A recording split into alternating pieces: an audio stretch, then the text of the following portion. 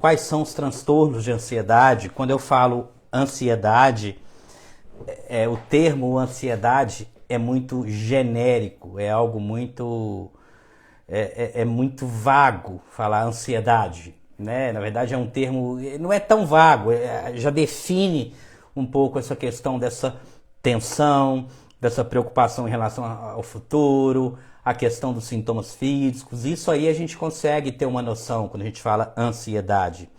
Mas é um termo que engloba muita coisa. Dentro da palavra ansiedade, a gente tem uma série de transtornos de ansiedade.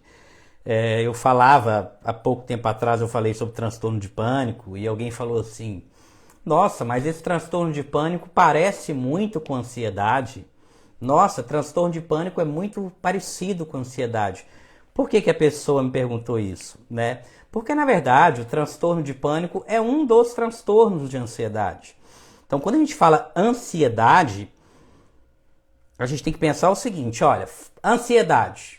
O tema da live de hoje é ansiedade. Ok, beleza, ansiedade. E o que é ansiedade? Primeira coisa, eu tenho que saber se é uma ansiedade normal ou se é uma ansiedade patológica, se é uma ansiedade que causa prejuízo ou sofrimento.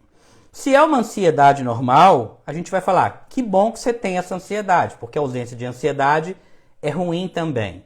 Ok. Agora, quando você sai da ansiedade normal e passa para uma ansiedade patológica, uma ansiedade que causa prejuízo, dentro desse termo ansiedade, a gente tem uma gama de transtornos de ansiedade, que eu vou falar para vocês aqui quais são eles, né? Então vamos pensar, olha, ansiedade. Qual que é a definição de ansiedade?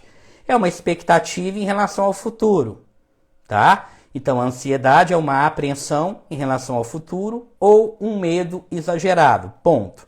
Falou em ansiedade, eu tenho que pensar ou na palavra medo ou na palavra preocupação, tá? Preocupação seria uma antecipação do medo, como eu não quero viver aquela experiência de medo, eu já fico pensando em todos os cenários possíveis para evitar que algo que eu tema aconteça.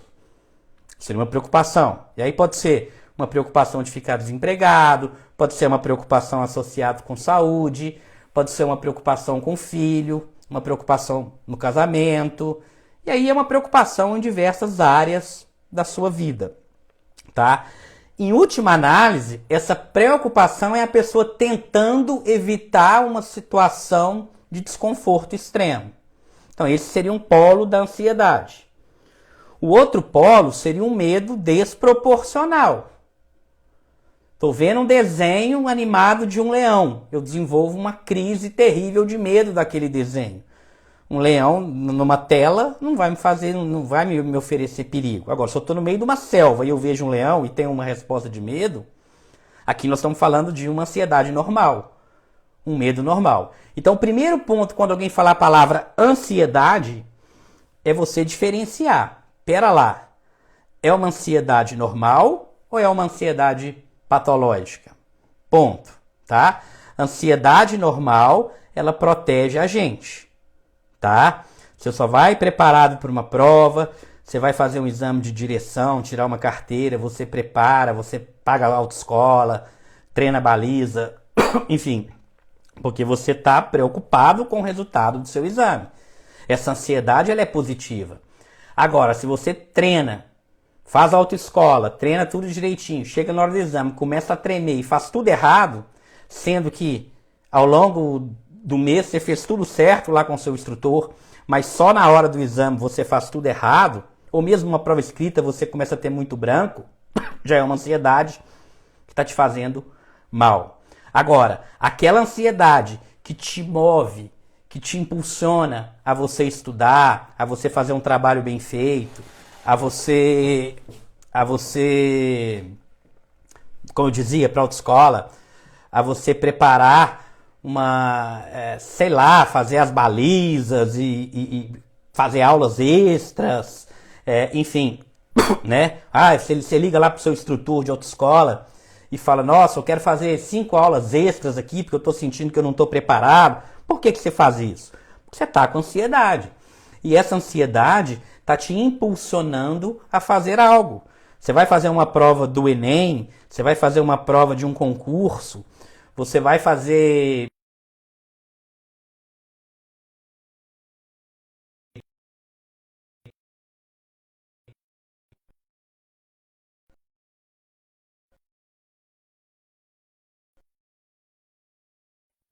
Seja lá o que você for fazer, né? Então, sei lá, você vai fazer... Travou. Acho que voltou. Sinaliza para mim se voltou, por favor. Bom, mas eu falava. Você vai fazer uma prova do... Tô achando que travou. Pessoal, tá travado aí? Vocês conseguem me ouvir? Vocês estão me ouvindo bem? Tinha travado, mas eu acho que voltou agora. Então vamos lá. Eu falava da questão de provas e exames de um modo geral. Então você vai fazer um exame de direção, ou um exame escrito, enfim, uma prova, seja lá o que for que você vai fazer, né? Quando você se prepara para isso, é a sua ansiedade que te move, é a sua ansiedade que está direcionando você a fazer algo, tá? Então, como eu dizia, você só pede lá umas aulas a mais na autoescola. Por que você pede umas aulas a mais na autoescola? Porque você está preocupado em passar na prova, em ter um bom resultado ali no seu exame. Por que você estuda mais? Porque você está preocupado com o seu futuro. Por que você tenta fazer um bom trabalho na sua empresa, aonde for, que você na empresa, seja algo próprio, um comércio, você preocupa em divulgar o seu comércio, preocupa em ter um atendimento de qualidade, porque você está preocupado com o seu cliente, você está preocupado com a sua empresa. Por que você marca um médico para fazer um check-up no final de ano? Ou se não marca, deveria marcar para olhar como é que está o colesterol, como é que tá as coisas da sua saúde de um modo geral, mesmo que você não tenha uma doença, mas você está preocupado em fazer um exame preventivo.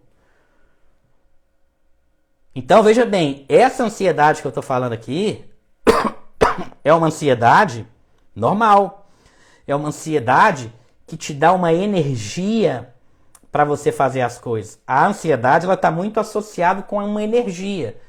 O seu corpo ele te dá uma descarga de energia muito intensa.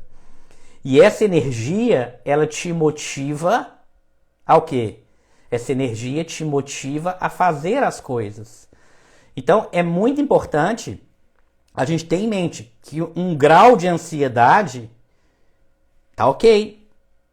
Perceba que nesses exemplos de ansiedade que eu estou falando aqui para vocês, a pessoa está ansiosa para a prova, ela estudou, ela se preparou para a prova. A pessoa vai fazer um exame de direção, ela está se preparando para o exame de direção.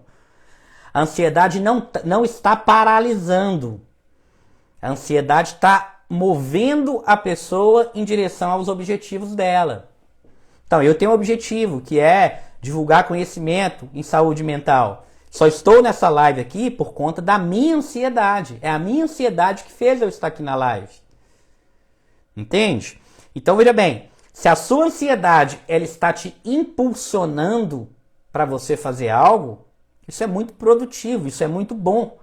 Porque a ausência de ansiedade total, uma pessoa que não tem ansiedade nenhuma, ela vai cair no tédio.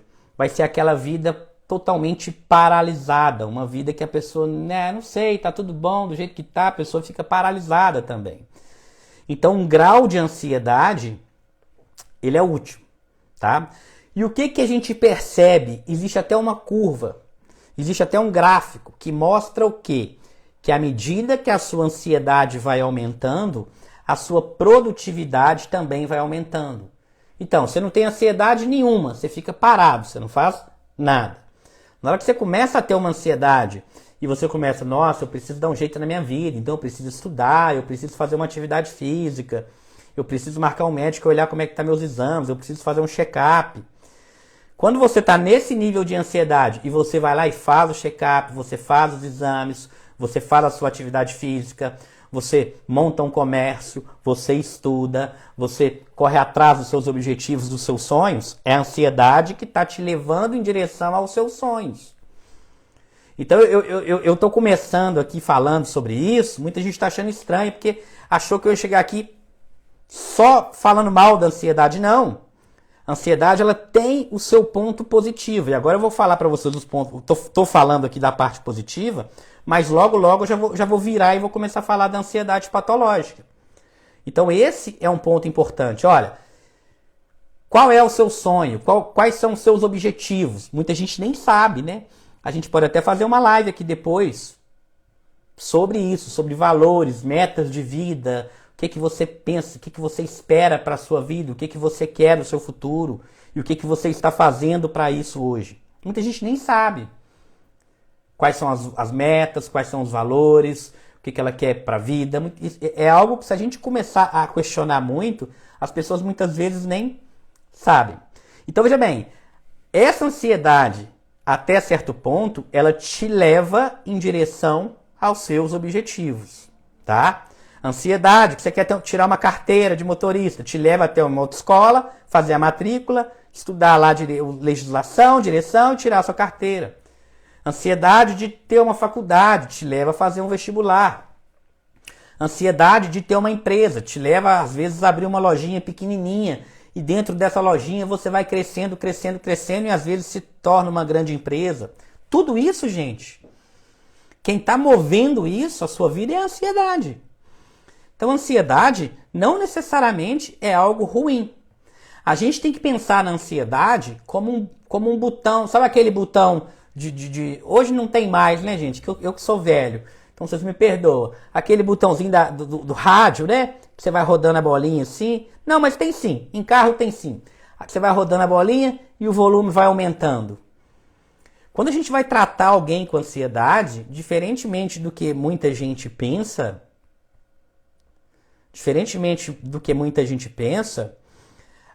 a gente tem que diminuir o volume do som. Então, é como se você, quando a gente fala que uma pessoa está com uma ansiedade patológica, é como se o som tivesse muito alto. Sabe aquele som que você coloca ele no volume máximo e ele fica muito alto? E aquela caixa de som distorcida que você nem consegue escutar o som direito? Isso é uma ansiedade patológica. Isso é uma ansiedade patológica. O que a gente tem que fazer? A gente tem que pegar esse botãozinho do volume e ir diminuindo. Mas diminuindo de um jeito que a gente consiga ouvir a música. E não diminuir o som total. Porque se a gente tira toda a ansiedade, a vida da pessoa paralisa. E a gente vê isso às vezes quando a pessoa está tomando excesso de remédio. Já viu aquelas pessoas que estão tomando excesso de remédio? A pessoa é muito ansiosa, aí ela começa a tomar excesso de remédio. Aí ela fica andando, aí ela fica meio que dopada e ela não consegue fazer nada. Ora, ela não tem ansiedade mais, mas também só sabe dormir o dia inteiro, não faz mais nada, fica aquela pessoa parada, andando para um lado e para o outro, que muita gente fala assim, nossa, esses remédios estão me dopando, eu estou parecendo um zumbi. Já viu alguém falar isso? Excesso de remédio. Por quê? O objetivo de um tratamento não é você zerar a ansiedade, é você regular a ansiedade, igual você regula um som. Aquele som que está muito alto, aquela caixa de som que está muito alta, que você não consegue escutar mais o som de tão alta que está, seria ansiedade patológica. À medida que você vai diminuindo o volume do som e a música vai ficando mais nítida, é a ansiedade que a gente quer. Então, o que a gente quer num tratamento não é acabar com a ansiedade. O que a gente quer num tratamento é diminuir a ansiedade. Porque se esse paciente começar muitas vezes a tomar excesso de remédio, e principalmente remédios errados, aqueles remédios mais sedativos, beleza, a pessoa muitas vezes ela não sente mais aquele desconforto da ansiedade, mas ela não faz mais nada. Ela vai para o outro polo, ela vai para o polo do tédio. Seria como se você desligasse a música. Então o tratamento não é desligar a música. O tratamento é você diminuir a ansiedade. Então como que a gente vai diferenciar que uma ansiedade é normal ou uma ansiedade é patológica. Gente, a ansiedade normal é isso. É aquilo que a gente sente, às vezes um frio na barriga, um certo desconforto, um medo, uma preocupação, mas a gente vai lá e faz. E aquilo passa, porque afinal de contas passou. Você tem uma prova para fazer, você está um pouco apreensivo, um pouco tenso, você estuda, concentra, vai lá e faz. Mas 3 elementos a gente caracteriza essa ansiedade virando aí, o volume do som começa a aumentar demais e começa a gerar um prejuízo para as pessoas. Quais elementos são esses? Frequência, intensidade e duração. Né? Então, se essa ansiedade ela começa a ficar muito intensa, numa intensidade muito alta, como eu fiz a comparação do som, se o volume está muito alto, essa ansiedade está muito intensa, já está passando de um ponto, que ela começa a paralisar. A ansiedade, num primeiro momento, ela começa a te mover a fazer as coisas. Ela que te impulsiona a você fazer aquilo, dos seus sonhos, do seu desejo, que você quer. Agora, quando ela passa de um ponto, quando ela fica numa intensidade muito alta, ela começa a gerar prejuízo. Então, o primeiro ponto que a gente tem que levar em conta é a intensidade. Pera lá, eu tenho uma ansiedade, será que essa ansiedade é normal ou não? Está muito intensa, está passando dos limites, está me paralisando, é algo muito intenso, muito desproporcional. Eu vou ficar atento. Além da intensidade, é frequente? Acontece com muita frequência? Porque às vezes pode ter um evento na minha vida que gera um estresse muito grande, uma preocupação muito grande, algo muito importante na minha vida. Isso às vezes pode até gerar uma ansiedade intensa. Mas não é frequente. Deu ali uma vez, foi embora e depois não voltou mais. Isso também a gente não vão pensar em transtorno de ansiedade. Então a gente tem que pensar na intensidade e na frequência. É intenso e é frequente. Alguém falando nos comentários, todo dia.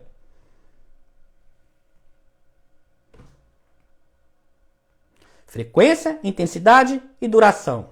Dura muito tempo, vem todo dia e fica ali o dia inteiro.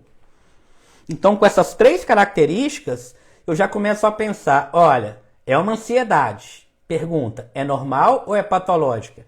Qual que é a frequência, qual é a intensidade e qual é a duração? É intensa, é frequente e dura muito. Ok. Além disso, eu faço uma outra pergunta. Gera sofrimento? Provoca sofrimento na pessoa? Provoca prejuízo para essa pessoa? No exemplo que eu dei da ansiedade normal, a pessoa fica tensa, ela vai lá e faz a prova. Do Enem, por exemplo, ou um exame de direção. Na patológica, frequente, intenso e dura muito, a pessoa vai lá e não faz a prova. Olha o prejuízo aí, não fez a prova. Né? Ou então, frequente, intenso e dura muito, a pessoa evita sair de casa e começa a perder as relações interpessoais com as pessoas. Olha o prejuízo chegando aí. E provoca sofrimento, a pessoa sofre com isso, e aqui vale diferenciar sofrimento de algo desagradável. Isso é totalmente diferente, gente. Tá? Quando você vai fazer uma prova, quando você vai fazer um exame, você pode estar ali com a sua ansiedade normal e aquilo te gera um desconforto. Mas é um desconforto transitório, que faz parte, às vezes, da vida. Você vai fazer uma apresentação, um trabalho.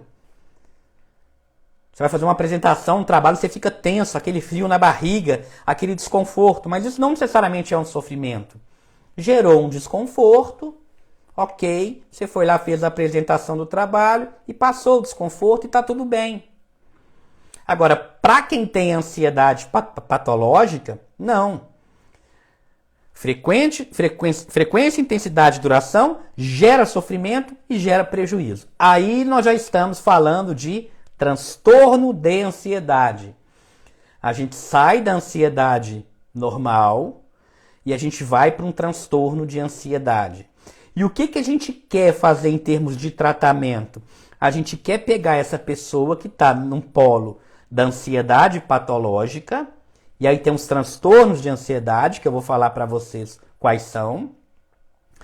E tirar essa pessoa da ansiedade patológica e levar essa pessoa para a ansiedade normal. Mas a gente não quer a ausência de ansiedade. O que a gente quer é pegar aquela ansiedade patológica e transformar numa ansiedade normal. Porque a ausência de ansiedade é muito ruim também. E isso aí, se a pessoa começa muitas vezes a tomar muito medicamento, ela pode muitas vezes sair desse polo, dessa ansiedade intensa, mas também perder o contato com as emoções. E aí ela vai ficar o quê? Beleza, eu não estou sentindo mais aquelas crises de ansiedade, eu não estou sentindo, mas não estou sentindo mais nada também. Olha que ruim. Aí mais uma vez eu falo, é como se fosse um som. A pessoa está com ansiedade patológica, ela está com o botão do som no máximo, que você nem consegue escutar a música. O tratamento não é você desligar o som. O tratamento é você diminuir o volume para a hora que você escute a música. Então, resumindo, falou na palavra ansiedade, você tem que pensar ou em medo ou em preocupação. Ponto. Mas é um medo normal ou é uma preocupação? É um medo normal?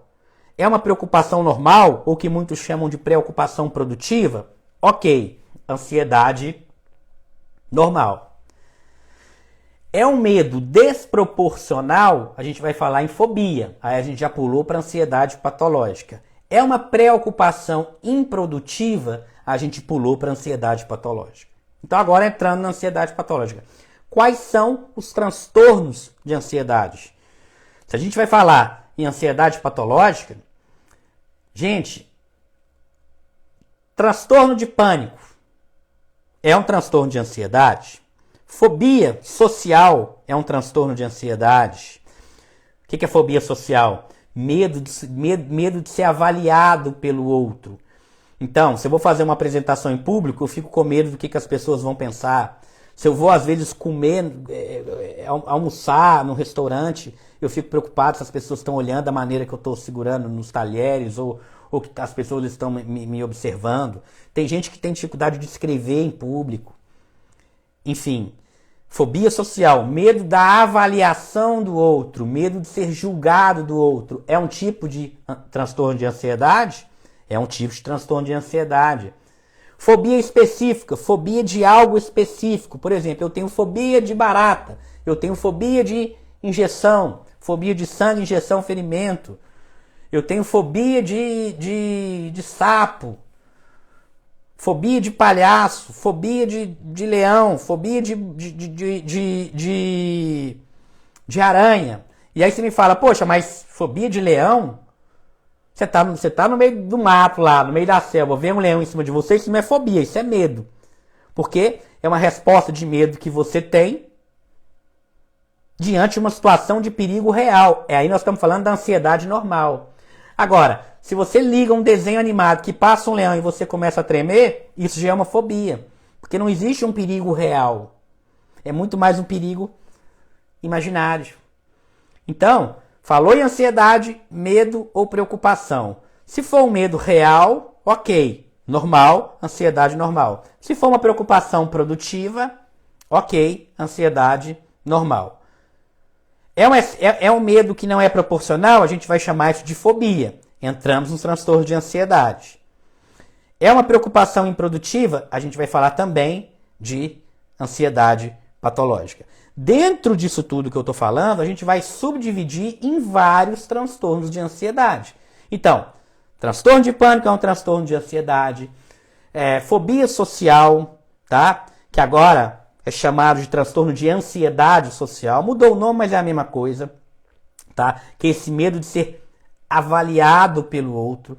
E aí, quando a gente fala de ansiedade social, a antiga fobia social, gera muita confusão, porque as pessoas às vezes elas acham que quem tem fobia social, quem tem ansiedade social, não gosta de pessoas, não gosta de se relacionar. E muito pelo contrário, a pessoa gosta sim. Só que às vezes ela evita se relacionar. Por quê? Porque ela tem medo da avaliação do próximo. Ela tem medo de ser ridicularizada. Ela tem medo de ser criticada. E aqui novamente, olha que é um medo desproporcional. Se eu estou entrando no meio de uma selva, onde eu não conheço, sei lá, tem uma tribo indígena, tem pessoas que eu não conheço, e eu tenho um certo receio, um certo medo, até então pode ser funcional. Tá ok.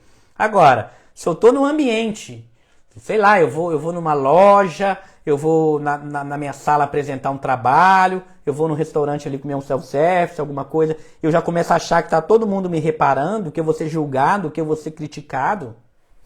Qual que é o perigo real nisso daí? Isso aí tá disfuncional.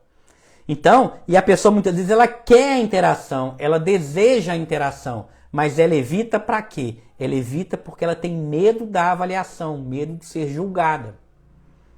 Mas é um medo desproporcional, né? Ah, eu vou entrar num lugar ali que está cheio de gente, eu sei que é um lugar onde tem a criminalidade é muito alta, né? Eu estou entrando numa região que está cheio de pessoas ali que eu sei que são pessoas envolvidas em crime, criminalidade muito alta, e eu estou com medo, sei lá, de tomar um tiro, alguma coisa. Isso é fobia social? Claro que não.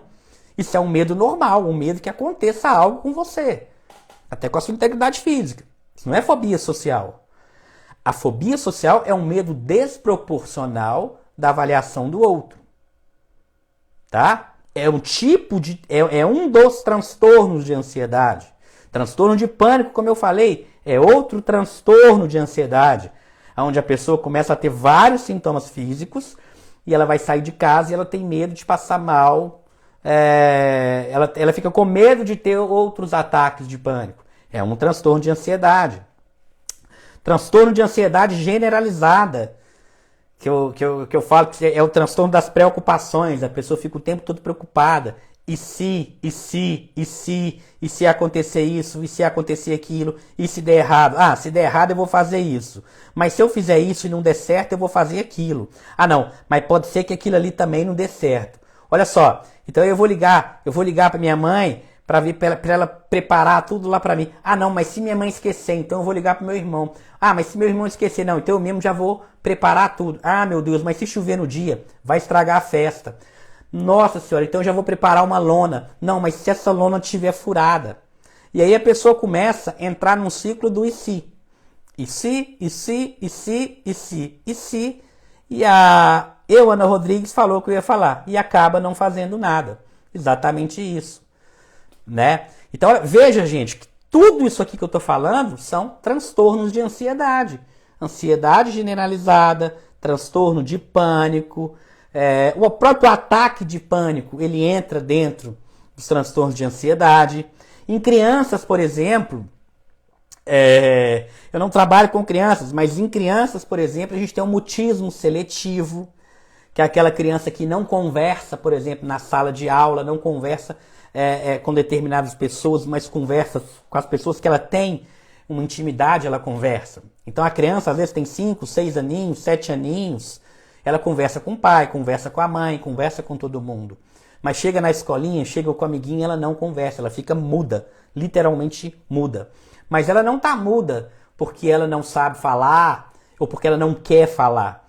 Ela está muda porque ela tem uma dificuldade de falar com pessoas que ela não tem uma certa liberdade. É o que a gente chama de mutismo seletivo.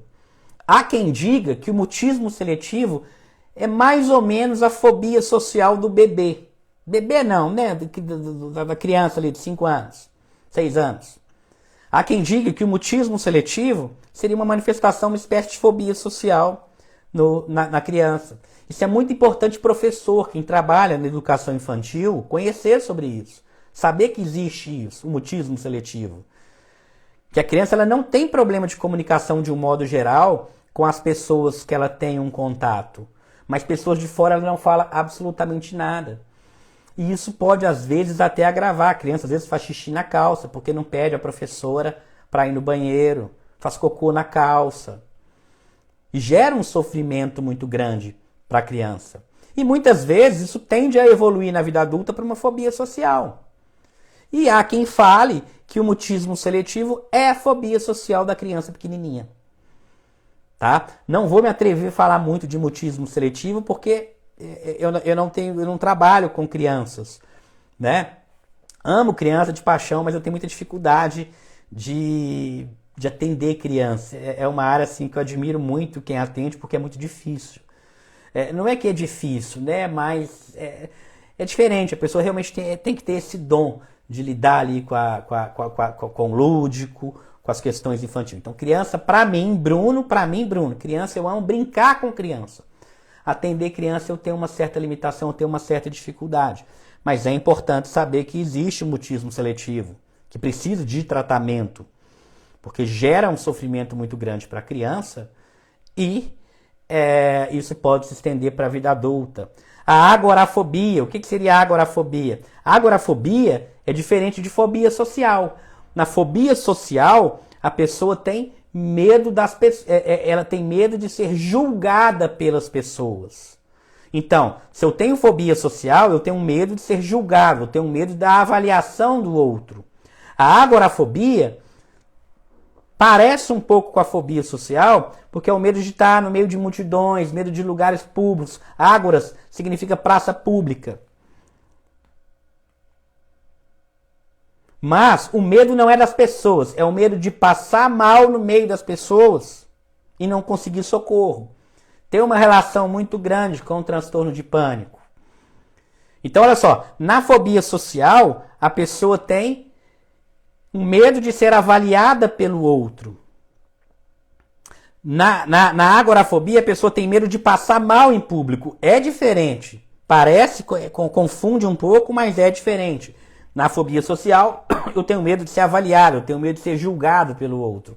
Na agorafobia, eu tenho medo de passar mal em público, tá? Transtorno de ansiedade devido a outra condição médica. A gente sabe, por exemplo, que um hipertireoidismo pode gerar uma crise de ansiedade. Glicemia, gente. A glicemia, hipoglicemia. A pessoa ficou várias horas sem comer. Ou então um diabético que a sua glicemia não está muito controlada e de vez em quando ele faz hipoglicemia. Pode imitar uma crise de ansiedade. Entende? Que é o que a gente vai chamar de transtorno de ansiedade induzido devido à condição médica. Então, olha bem, a palavra ansiedade, ela é muito ampla. Ela pode me levar para um caminho da ansiedade normal, que daria para a gente falar muito sobre ansiedade normal, ansiedade boa. Ela leva a gente a falar sobre ansiedade patológica, e ansiedade patológica, a gente tem essas categorias que eu estou falando aqui para você, né? Ansiedade de separação é outro transtorno das crianças também, né? Há quem diga que se tem para o adulto também, mas de um modo geral é criança, quando a criança separa das figuras de apego. Aquela criança, às vezes é comum, a própria fobia escolar, no início, quando a criança vai sair de casa para ir para a escolinha, ela não vai de jeito nenhum. Ansiedade de separação. A criança não consegue separar dos seus cuidadores principais, ela sofre muito com essa separação. Mutismo seletivo, já falei. Fobia específica, falei. Ansiedade social, falei. Transtorno de pânico, ataque de pânico e agorafobia, falei. Transtorno de ansiedade generalizada, eu falei também. Ah lá. Outra condição médica, induzida por substâncias ou então por drogas, tá? Existem alguns medicamentos que podem induzir a ansiedade, drogas também, álcool, às vezes até o tabaco em excesso, o álcool, cocaína, maconha. Daqui a pouco os dependentes de maconha começam a me agredir aqui, mas a gente precisa falar. Enfim, drogas de um modo geral, tá? E aqui não só drogas ilícitas, álcool, tabaco e as ilícitas também podem desencadear uma crise de ansiedade, tá? E por fim, transtorno de ansiedade não especificado, aquele transtorno que a gente não encaixou direito em nenhum desses aí. A gente não encaixou o transtorno dentro de alguma categoria aqui. A gente falar que ele não é especificado. Então, assim, quando a gente fala transtorno de ansiedade não especificado, não necessariamente é que aquela pessoa não tem nenhum transtorno específico. É porque a gente ainda não sabe. A gente usa essa categoria como uma categoria muitas vezes transitória. O paciente vai no seu consultório, você conversa com ele, e a gente não sabe definir muito bem o que ele tem. Você fala, olha, eu vou colocar aqui que o seu transtorno ele é não especificado. Não quer dizer que a pessoa não tem um transtorno do outro, é porque talvez com aquele primeira consulta, com aquele início ali, você não conseguiu colocar a pessoa dentro de alguma categoria. Mas, gente, não necessariamente eu preciso colocar a pessoa dentro de uma categoria certinha aqui para começar a tratar. Porque olha só, esses transtornos que eu falei para você aqui, tá? São os transtornos que estão descritos na edição mais recente, que é o manual que nós médicos psiquiatras usamos, que é o DSM-5. Por que 5? Porque é a quinta edição. Agora saiu uma edição mais nova ainda, que é o DSM-5-TR, que é a revisão do DSM-5. E esse livro, as pessoas vão revisando os diagnósticos, revisando os critérios e coloca lá para nortear a gente. Então a pessoa fala assim, ó, o livro fala, olha, os transtornos de ansiedade são esses aqui, que eu falei para vocês. Isso é o que está no livro. Isso é o que está escrito no livro. E quando você pega o livro, vai falar, ó, os sintomas do TAG são esses. Os sintomas da fobia específica são esses. Os sintomas da ansiedade generalizada são esses. Os sintomas de um ataque de pânico, de uma agorafobia, são esses.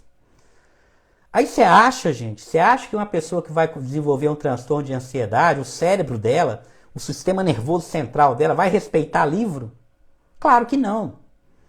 Ou seja, o livro ele serve para a gente ter um norte, para a gente nortear a nossa ideia com aquele paciente. Mas muitas vezes o paciente ele começa a misturar. Ele pode ter sintomas de fobia específica misturado com sintomas de ataque de pânico, misturado com sintomas de transtorno de ansiedade generalizada. Além disso, fuma uma maconhazinha, bebe um álcoolzinho, então talvez ele já tenha transtorno de ansiedade induzido por substância. E aí ele toma um tanto de remédio estimulante e aí você fala, peraí, essa pessoa, será que ela tem um TAG? Será que ela tem uma fobia específica? Ah, não, mas ela está usando muito remédio estimulante, então pode ser um transtorno de ansiedade induzido por substância. Não, está fumando maconha também. Pode ser que tenha um papel da maconha no meio. Está bebendo muito, tem um papel do álcool no meio. Está tomando remédios aí, tarjas pretas e mais pretas, sem prescrição, de forma inadequada. Pode, inclusive, piorar quadros de ansiedade também. Determinados medicamentos, se não tomar um certo cuidado. Então, observa, gente, que essa separação dos transtornos em categorias ela é muito útil. Ela é muito útil. Tá? Essa separação dos transtornos em categorias, ela é muito útil. A gente precisa fazer isso para a gente conseguir organizar as ideias. Mas a nossa natureza, o nosso cérebro, o nosso sistema nervoso, ele não respeita manual diagnóstico. Então você imagina, você desenvolveu um TAG, aí o seu cérebro vai produzir um sintoma de uma fobia. Ele fala, não, não posso, porque o DSM fala que esse sintoma aqui não é do TAG. Então, ô dopamina, para um pouquinho aí, porque esse sintoma aqui, ele não pertence a você. Claro que não, tá? Então, o que é importante? A gente conhecer os transtornos, saber que existem os transtornos, mas entender que, muitas vezes, quando a gente lê esses transtornos, a gente começa a ver que as pessoas, às vezes, elas têm uma mistura de sintomas. Por isso que muitas vezes a gente coloca transtorno de ansiedade não especificado. O transtorno de ansiedade não especificado, ele pode ser, porque eu não sei qual é o diagnóstico, ou então porque ele está misturando vários diagnósticos. Imagine uma pessoa que tem um pouco de sintomas do ataque de pânico, misturado com um pouco de sintomas de transtorno de ansiedade generalizada, e misturado com um pouquinho de sintomas de fobia social. E eu não consigo definir direito o que é o que. Ora, pode ser que essa pessoa tenha uma fobia social, eu falo, tem fobia social, tem ansiedade generalizada e além disso tem ataque de pânico. Ok, essa é uma hipótese. Mas às vezes a pessoa não tem tantos sintomas, ela não tem sintomas suficientes para me falar que ela tem um transtorno de pânico. E ela não tem sintomas suficientes para me falar que ela tem uma fobia social. E ela não tem sintomas suficientes para me falar que ela tem um TAG. Mas ela tem sofrimento, ela tem prejuízo. Então eu vou falar, olha, você não preenche critério aqui para ter um diagnóstico. Então pode ir embora que você não está sofrendo. Sendo que a pessoa claramente na sua frente está tendo prejuízo, sofrimento e é intenso. Nesse caso, a gente vai falar transtorno de ansiedade não especificado. Que é o quê? Eu não consigo especificar qual transtorno que a pessoa tem. Mas eu consigo claramente perceber que a ansiedade causa nela o quê? Prejuízo, sofrimento. É intenso, é frequente e dura muito tempo.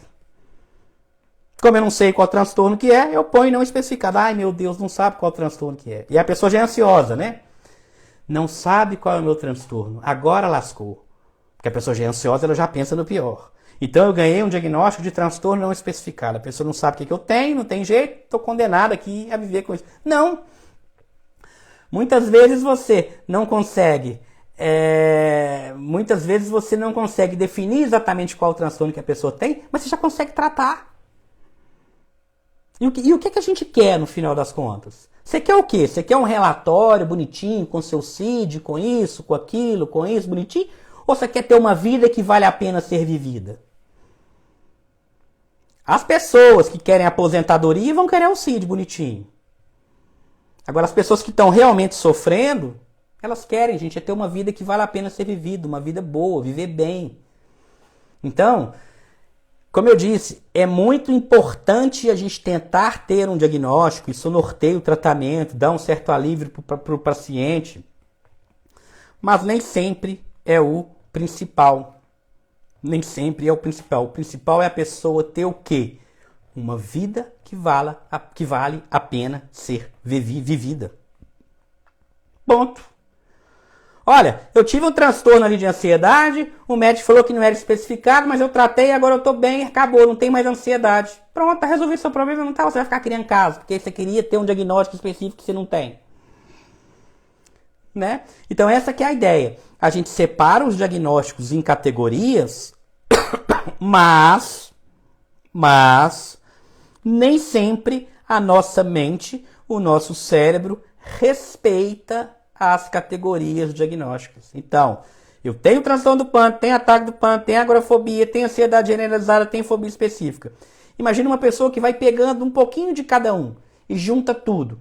Ela não tem um transtorno específico, mas ela tem um pouco de tudo. E como eu não consigo definir um diagnóstico específico para ela, eu chamo de não especificado. Mas isso é o detalhe do detalhe. Isso não interfere, no final das contas, muito no tratamento. Claro, né, que as estratégias, quando um diagnóstico às vezes ele está muito bem delimitado, as abordagens vão diferenciar. Mas assim, a abordagem pode diferenciar, por exemplo, uma fobia específica, de um modo geral, eu não trato com medicamento. Um TAG, por exemplo, eu vou precisar de medicamento. Uma fobia específica, muitas vezes ela pode ter comorbidade, com ataques de pânico, pode desenvolver até um transtorno do pânico, pode desenvolver uma ansiedade generalizada. Eu vou precisar de medicamento também. Vão ter outras situações que eu vou precisar de terapia, psicoterapia. Então a gente nortear um diagnóstico, ele é importante. Mas mais importante até do que o diagnóstico é a gente ter uma lista de problemas. Eu adoro essa frase, lista de problemas. O paciente chega no consultório, o diagnóstico a princípio não interessa muito. A princípio, tá, gente? A princípio. Claro que com o tempo, esse diagnóstico ele vai cada vez ficando mais claro. Mas o que mais me importa nas primeiras consultas é o quê? Uma lista de problemas. Olha só, eu li que eu tenho isso. Esquece o que você leu, esquece o que você tem. Me conta, qual é a lista de problemas da sua vida? Quais são os problemas da sua vida? Aí o paciente fala assim, eu tenho fobia social. Não, isso não é um problema. Isso aí você está me dando um diagnóstico. O seu problema é, olha, eu estou estudando, eu estou na faculdade, eu estou perdendo ponto porque eu não consigo apresentar um trabalho. O meu problema é, eu não consigo tirar carteira, porque toda vez que eu vou sentar para fazer o exame, eu começo a tremer. Isso é um problema, isso é problema. É lista de problemas. Concentra em definir a sua lista de problemas. Não concentra em diagnóstico. O diagnóstico resume muito. E por que eu estou batendo nessa tecla de lista de problemas? Porque duas pessoas que têm o mesmo diagnóstico podem ter problemas diferentes, podem ter necessidades diferentes. Duas pessoas que têm transtorno de pânico, às vezes a origem do que está causando ali é um pouco diferente. Um pouco não, costuma ser muito diferente. Duas pessoas que têm transtorno de personalidade borderline, o que está por trás disso é diferente. Se fosse assim era muito fácil. Todo mundo que tem TAG, todo mundo que tem F41.1 é igual. Põe todo mundo na piscina. Faz uma piscina de sertralina, fluoxetina, citalopram e põe todo mundo para nadar lá. E aí tá resolver o problema. Uai, se o diagnóstico está falando que todo mundo é igual, seria fácil fazer isso. Mas não é assim que funciona. Então o diagnóstico seria para a gente ter uma noção, mais ou menos, para facilitar a nossa comunicação. Mas o que é útil, de um ponto de vista prático, o que é útil de um ponto de vista prático é uma lista de problemas. Qual é a lista de problemas? Esquece o diagnóstico. Eu quero saber a sua lista de problemas. Eu costumo falar com os pacientes, quando um paciente entra no consultório e fala assim, eu tenho ansiedade, eu sou muito ansioso, eu falo, olha, eu quero que você me explique o que você tem sem usar a palavra ansiedade. Está proibido usar a palavra ansiedade. O que você tem? Me fala os seus problemas. Não vale usar a palavra ansiedade. Tira a palavra ansiedade do seu vocabulário e me conta os seus problemas. Aí a pessoa começa. Olha, eu tenho problema de memória, eu fico muito nervoso, eu começo a tremer, dá branco, a minha mente não para, eu sou uma pessoa muito acelerada, eu sou uma pessoa agitada, eu sou muito nervosa, eu brigo com as pessoas. Esses dias eu quase dei um soco na cara do meu marido e eu não paro quieto, e eu não durmo. Eu às vezes até deito, fico na cama rolando de um lado para o outro. Aí a pessoa está me contando quais são os problemas dela. Mas aí a pessoa vai e resume. Eu tenho ansiedade. Você não tem uma lista de problemas. Entende? Porque se a gente for pegar a palavra ansiedade e... se a gente pegar a palavra ansiedade e tentar destrinchar isso aí, a gente vai achar, assim, um mar de coisas por trás da ansiedade. Então a gente não pode resumir a palavra ansiedade como, eu tenho ansiedade, ponto, não. Então é importante a gente saber que existem esses diagnósticos. É muito importante eu saber, nas crianças, ansiedade de separação, mutismo seletivo, fobia adulto agora, fobia específica, ansiedade social, transtorno de pânico, ataque de pânico, agorafobia, ansiedade generalizada, uso de substâncias, mas muitas vezes esses transtornos vão ocorrer junto. Às vezes a pessoa tem também, gente. Às vezes eu olho para a pessoa e falo, nossa, essa pessoa tem todos os critérios para fobia específica. E essa pessoa tem todos os critérios para fobia social. Nesse caso eu não vou falar não especificado, eu vou especificar. Eu vou falar, olha, fobia específica e fobia social e ansiedade generalizada. A pessoa pode ter 3 diagnósticos de ansiedade. Nesse caso eu vou especificar. Esse caso não é não especificado. O que a pessoa tem? A pessoa tem fobia específica, fobia social, tem TAG e ainda tem, às vezes, por uso de substância no meio. Não, substância não daria, porque para mim fazer um diagnóstico de qualquer transtorno de ansiedade, a pessoa tem que estar sem usar substância ao longo de pelo menos 6 meses. Né? Só para você ver o impacto que tem o uso de substâncias. Então, por exemplo, se eu estou diante de um paciente que está reclamando para mim que ele tem um transtorno de ansiedade, se ele estiver bebendo muito álcool o pessoal não costuma brigar comigo, não. O pessoal briga quando eu falo de maconha. Se ele estiver bebendo muito álcool e ele está tendo um transtorno de ansiedade, muitas vezes eu nem posso falar que esse paciente tem um transtorno de ansiedade puro. A princípio eu vou falar, olha, você tem um transtorno de ansiedade induzido por substâncias. Ponto. Acabou. Entende? Então, essa é a ideia. A gente saber que existe todos esses transtornos, saber que a pessoa pode ter mais de um transtorno. Então, a pessoa ela pode sim ter um transtorno de ansiedade generalizada junto com o transtorno de pânico. Pode ter. E muitas vezes tem, inclusive. E às vezes tem uma depressão junto também, que não vai dar tempo de falar hoje, mas na próxima eu falo. A gente pode fazer uma sobre ansiedade e depressão, qual que é as principais diferenças, como que tem essa relação aí entre ansiedade e depressão. Vai ser um tema até de alguma live que eu vou fazer pra frente. né? Mas o que eu quero dizer? A gente tem todos esses transtornos de ansiedade, mas na prática, a pessoa ela pode ter mais de um, ou então a pessoa pode ter vários desses sintomas de forma incompleta, pegar um pouquinho de cada. Se ela tiver mais de um, eu vou falar, olha, essa pessoa tem fobia específica, tem TAG e tem transtorno de pânico. Tem 3 diagnósticos, ok. Se a pessoa às vezes tiver um pouquinho de sintoma de cada um, eu posso falar, essa pessoa tem um transtorno de ansiedade não especificada. Mas como eu falei para vocês há pouco, o que mais importa, é mais importante até uma lista de problemas do que um diagnóstico específico. A lista de problemas, gente, ela é muito mais rica do que um simples diagnóstico. Imagina a pessoa chegar e falar assim, eu tenho TAG, eu tenho F41.1. Ok, tá bom, você tem TAG, tudo bem. E aí?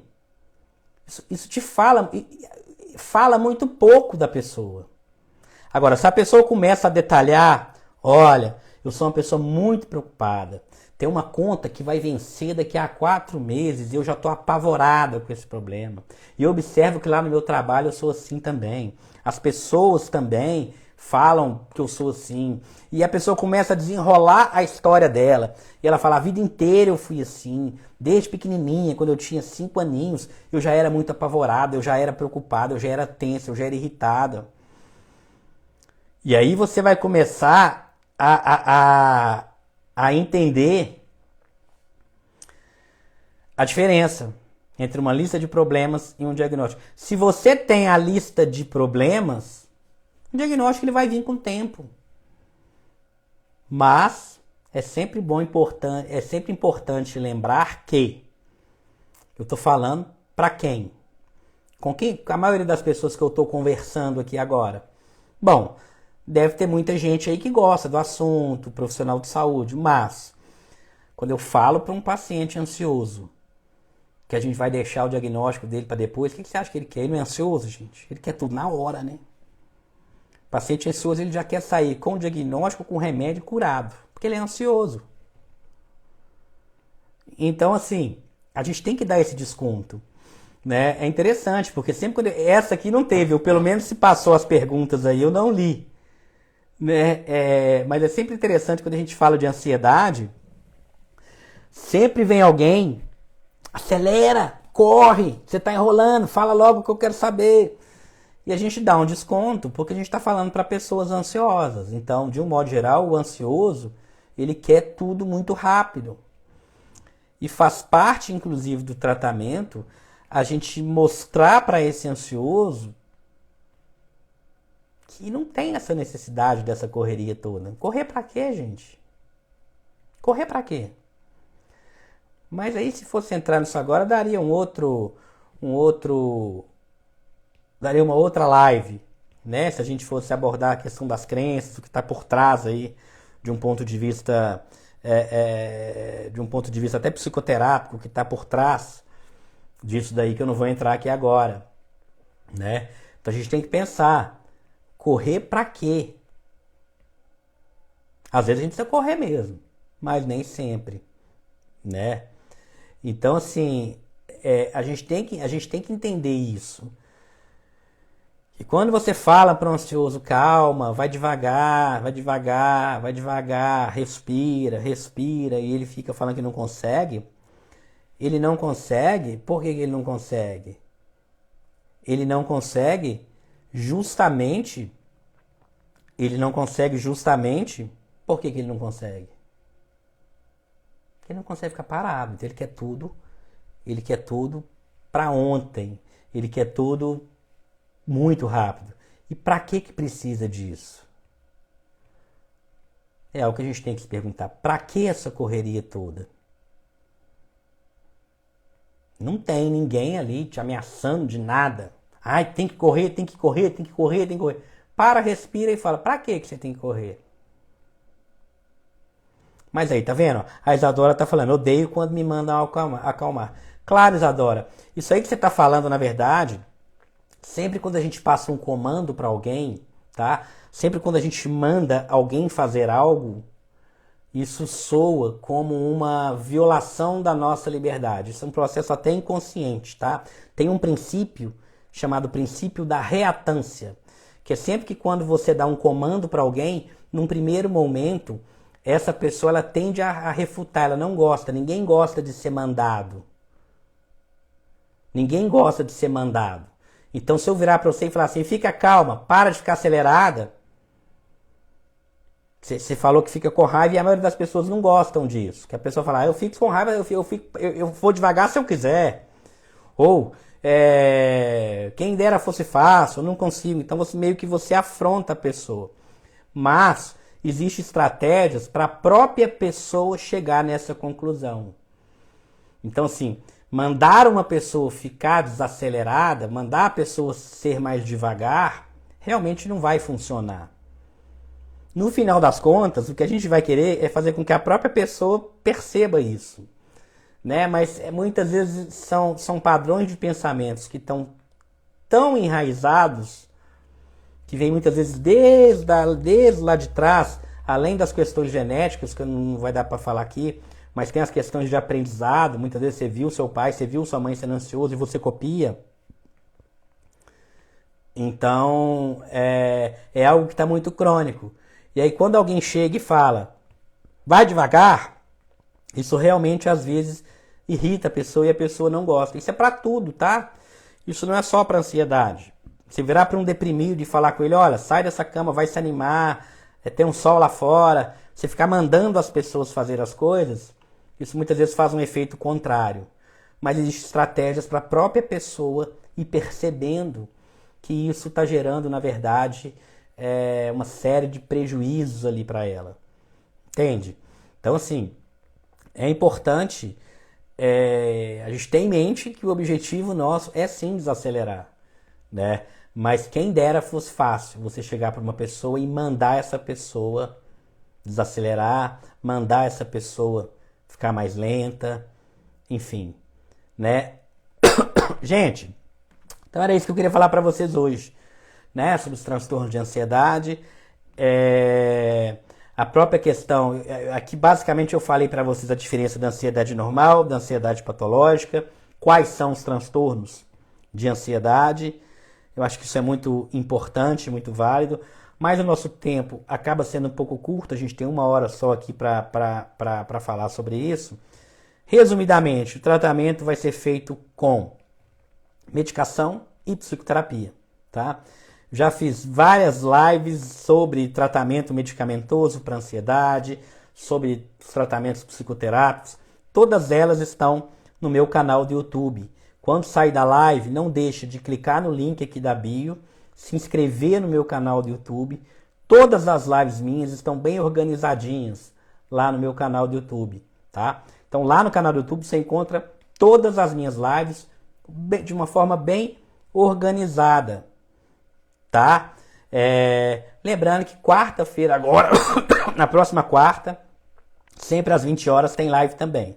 Então as lives são segunda e quarta, sempre às 20 horas, tá? Espero vocês aqui toda segunda. Lembrando, gente, que também vai chegando à noite, já é hora de ir desligando o celular, desligando tudo. Então só segunda e quarta para assistir as minhas lives, ou também, se for entrar no canal do YouTube, pode. Mas fora isso, já é bom ir desligando o celular à noite, tá? Higiene do sono, lembra disso, tá bom?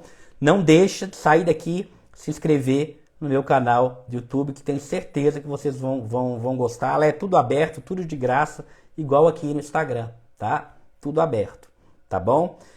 Lembrando que quarta-feira tem mais, e eu vou começar a fazer agora uma sequência de lives sobre ansiedade. Então assim, aqui eu não falei muito de tratamento, mas eu vou falar sobre tratamento, vou falar sobre as causas de ansiedade, se é genético, se não é genético, se a maneira como você se comporta, você ser ansioso, será que o seu filho pode aprender também a ser ansioso, vendo você ansiosa?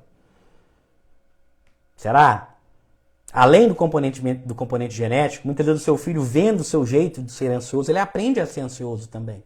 Mas isso tudo eu vou falar mais pra frente. Causa de ansiedade, tratamento de ansiedade, algumas técnicas, enfim, tá?